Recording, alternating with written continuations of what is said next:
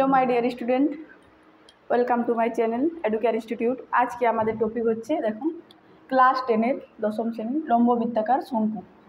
एर इंग्लिश नाम होच्छे कि राइट सार्कुलार कोन। ओके, एखाने देखो आमादेर एकटा शंकुर छवि ड्रयिंग करा आछे। एखाने एटा होच्छे आमादेर, एखान थेके एटा होच्छे आमादेर ब्यासार्ध आर। ओके, আর আবার এটা যেটা লম্বা আছে লম্ব, এইখানে এটা আমাদের কি হচ্ছে উচ্চতা। উচ্চতাকে আমরা কি দিয়ে ডিনোট করছি? ছোট হাতের এইচ। আর এটা যেটা সাইডে এটা হলো আমাদের এত দূর অবধি, এটা হচ্ছে তির্যক উচ্চতা। একে আমরা কি দিয়ে সূচিত করছি? দেখো ছোট হাতের এল দিয়ে। তির্যক উচ্চতা মানে ছোট হাতের এল। আর এইখান থেকে দেখো এই পুরো এই গোলটা, এই পুরো এই জায়গাটা, এটা হচ্ছে বৃত্তাকার ভূমিতলের ক্ষেত্রফল।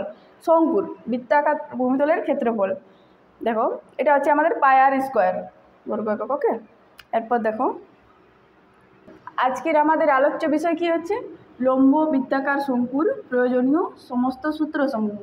দেখো এখানে আমরা 1 নম্বর সূত্রে কি পাচ্ছি?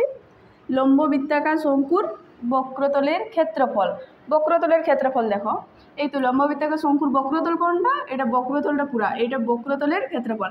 এটা কত পাচ্ছি আমরা? পাই আর এল বর্গ একক।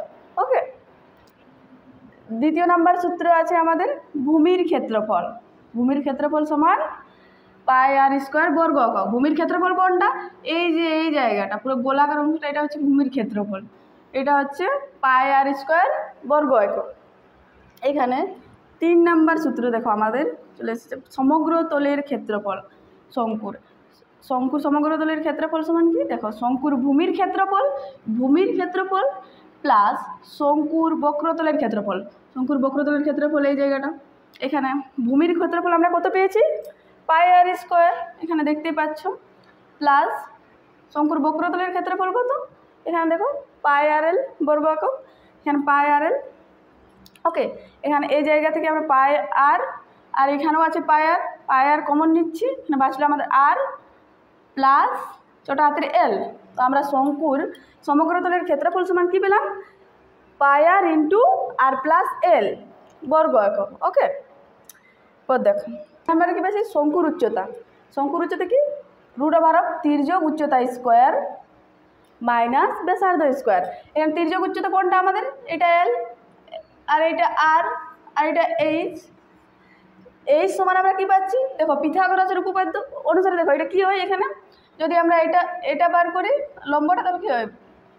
অতিভুজ স্কোয়ার মানে ভূমি স্কোয়ার √12, সেই অনুসারে হচ্ছে এখানে